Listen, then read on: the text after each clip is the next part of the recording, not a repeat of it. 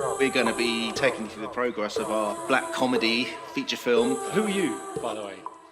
Nobody knows who we are. What this is a DIY cinema podcast for DIY filmmakers. The idea is that you don't wait for permission, you just start. This is our first feature film, something we're going to do together. You're going to get it warts and all. So we just go into it? I kind of think we could.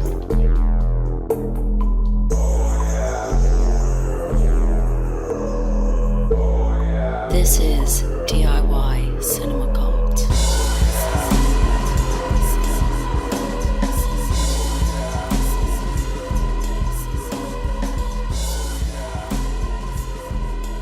Hello you lot, I hope you're fine, I hope you're keeping well in lockdown. It's Mark here. Got a little bonus episode for you today.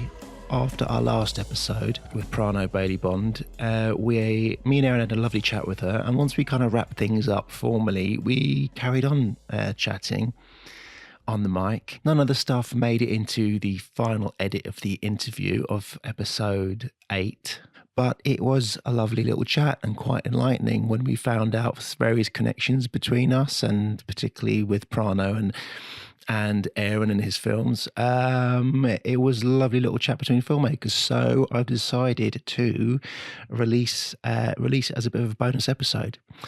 So without further ado, here's me, Aaron and Prano having a little chin-wag. You are listening to the debut feature film podcast. This is DIY Cinema Cult.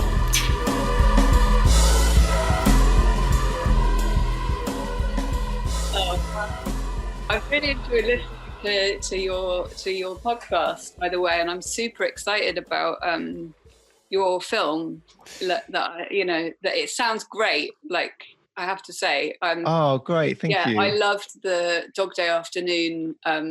Sort of, it just honed it in for me.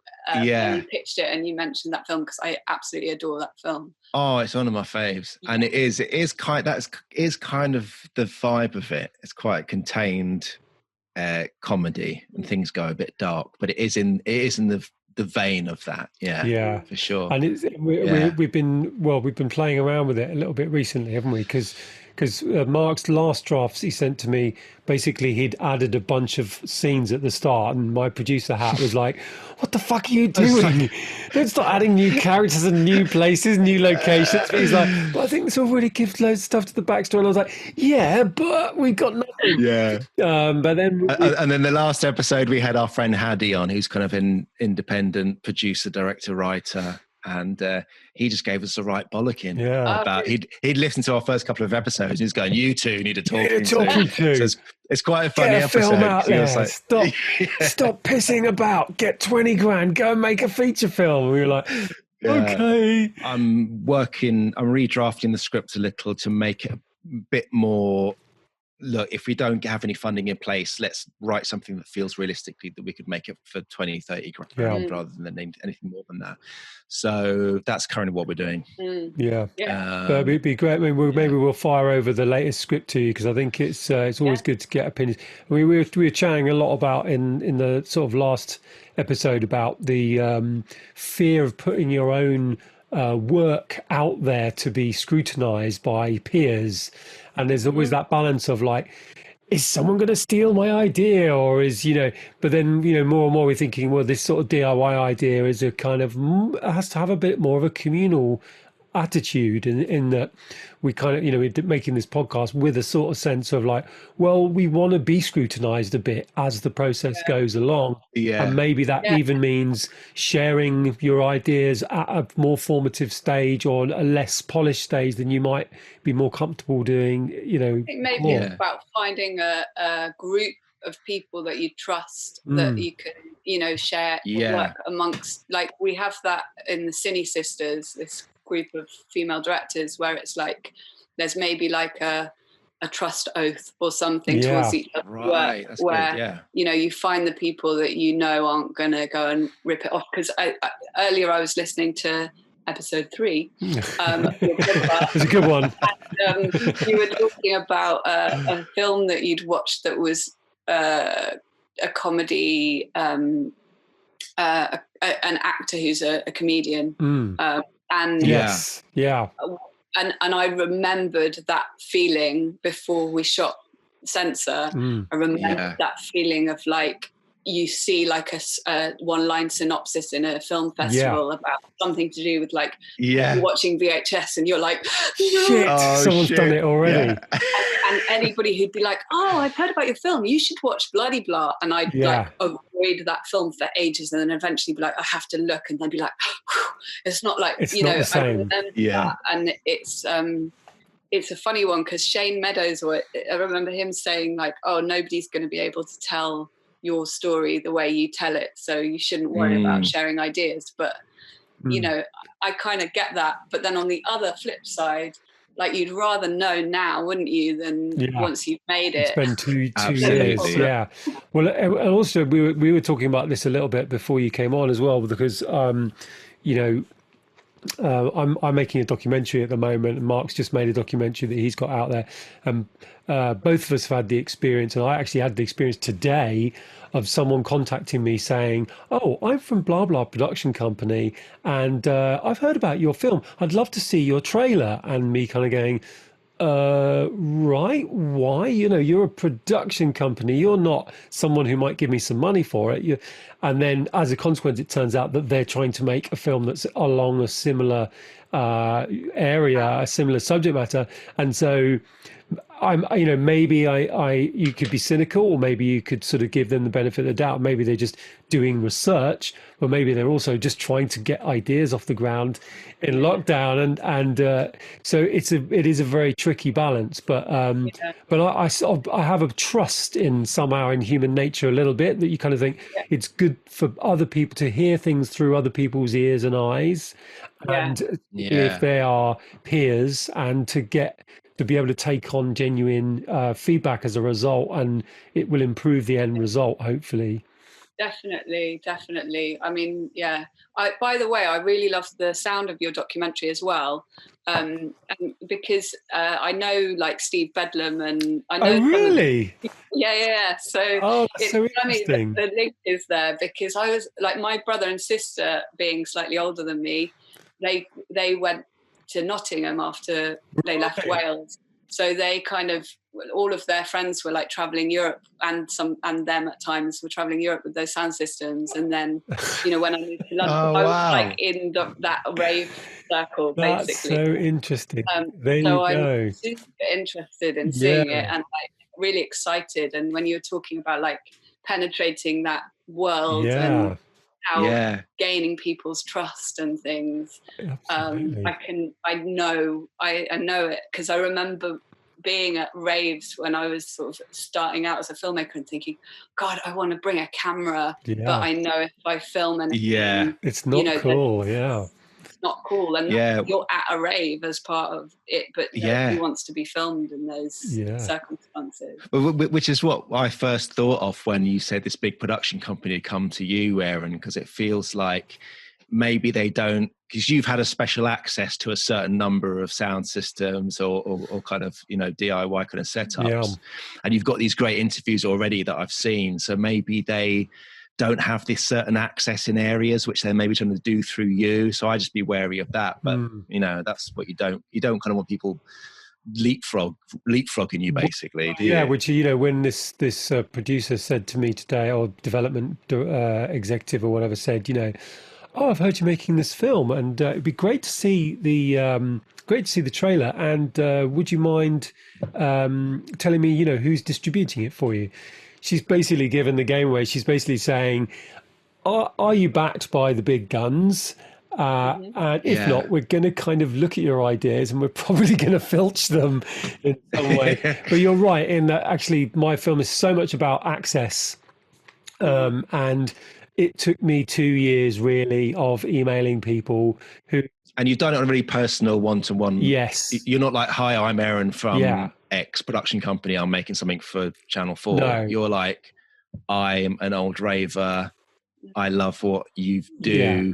And I did it off my own dime. You know, it was going to Berlin and hanging out for a week and doing it with, you know, making them aware that I want to do this for the love of it. But God, of course, I hope that I can make it properly to a decent level, and it will be, seen in cinemas, because, in the end of the day, I could spend 2 years of my life making something and then it ends up on YouTube because I've had no money no distribution to kind of get it out there. And as a story, I think it's a really fascinating story, which I'm very certain lots of people will be interested in.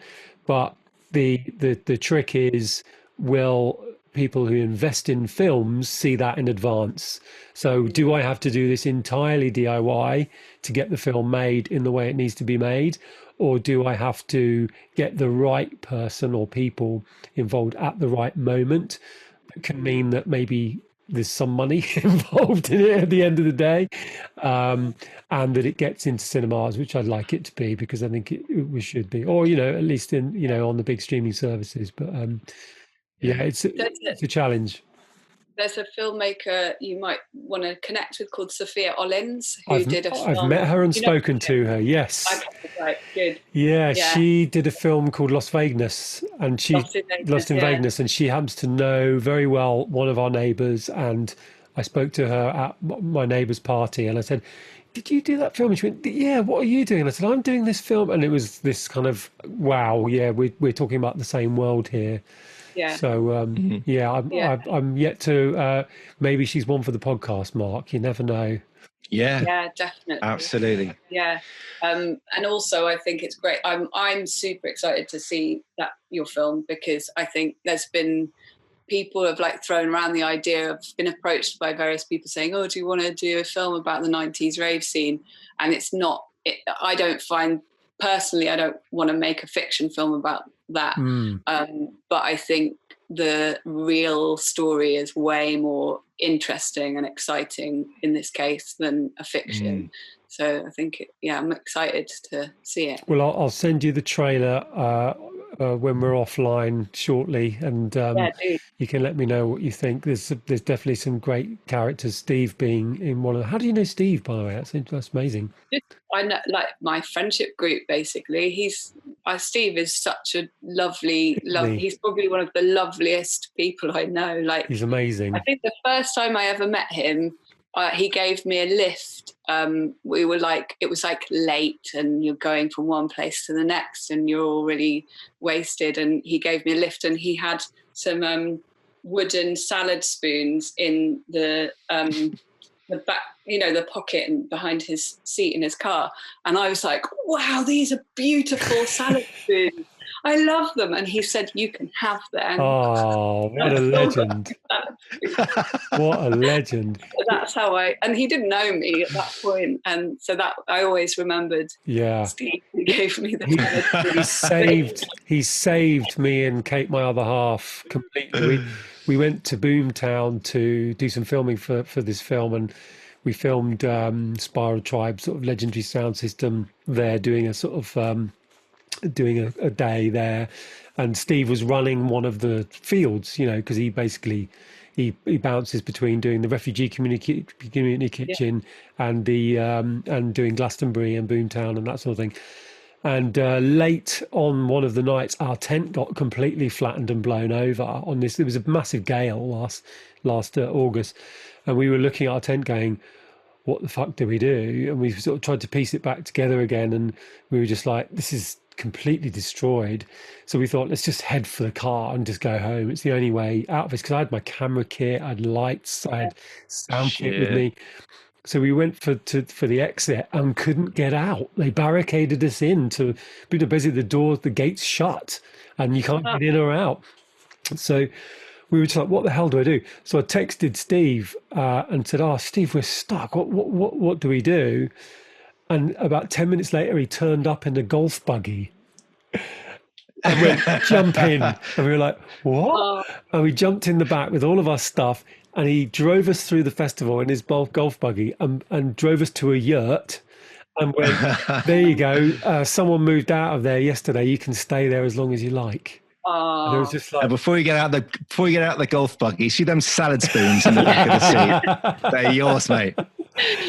Yeah, he's a pure legend, and it was a joy filming on his barge in Tottenham, and I've got a lovely, beautiful 2.5 hour interview with him. He was a very giving individual. He's just adorable. He's like a sort of beaming, wonderful Buddha or something. And I mean, the refugee community kitchen is amazing. It's incredible, isn't it? Put that together off nothing, and it's grown and feeds so many people. He is incredible. It's been a really interesting project from the process of meeting all of these people, because they've taken all those skills from putting on mad parties in derelict buildings and fields back in the early 90s, and they've then transported that into the modern world, some of them doing mad environmental things, or stuff like Steve with the refugee community kitchen. Yeah, it's amazing. And it's like, amazing. You know, those are the people you want to hang out with should the apocalypse really happen, because they will sort out the commune for you. They will make sure that there's running water and electricity.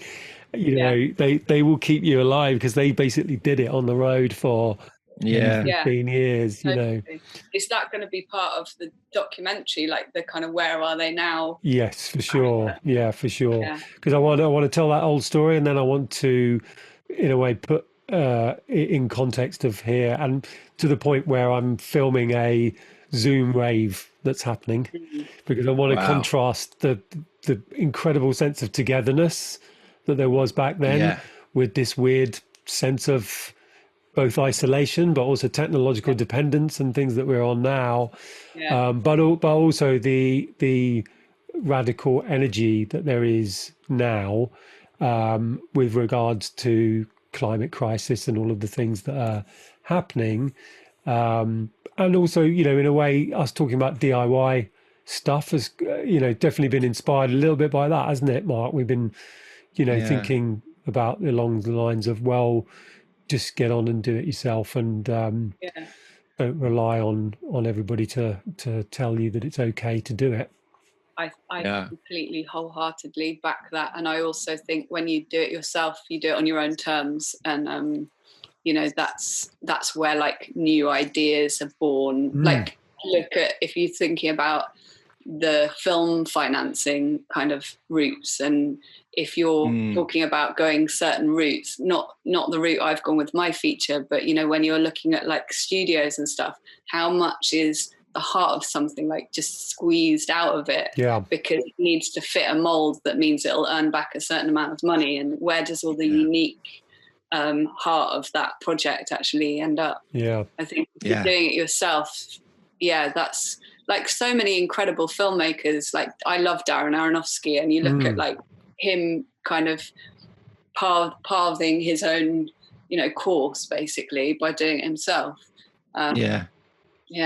Transformers 3 probably started out as a very kind of touching little indie, emotional little kind of human drama, didn't it? But I like the stuff about the kind of sick granddad and the little boy, but maybe we should have some massive robots. No, it was actually a film about 3 transgender people originally. But the one I love is a Pretty Woman, and apparently, like, when that was early on, the ending was that she went off with her female friend at the end. Like, it was actually like a women empowerment kind of idea. And then when the financiers came in, they were like, no, we think it should be a romance and she should end up with him. So they redrafted it to, and you think it's like short it would be the other way around now. That's true. It would be the other way around now. You are listening to DIY Cinema Cult.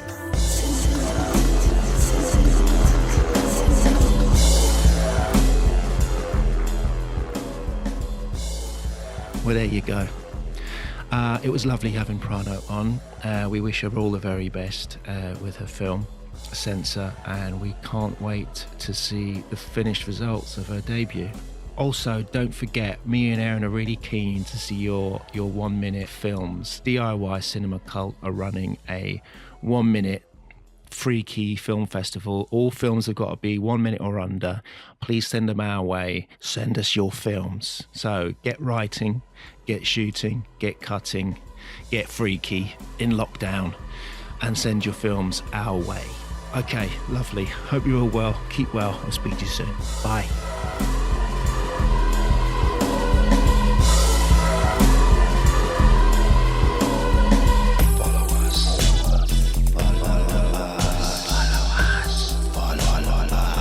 Follow us on Twitter at DIY Cinema Cult, or on Instagram we are DIY_cinema_cult. Seek out the DIY Cinema Cult group on Facebook, or why not email us at DIYCinemaCult@gmail.com.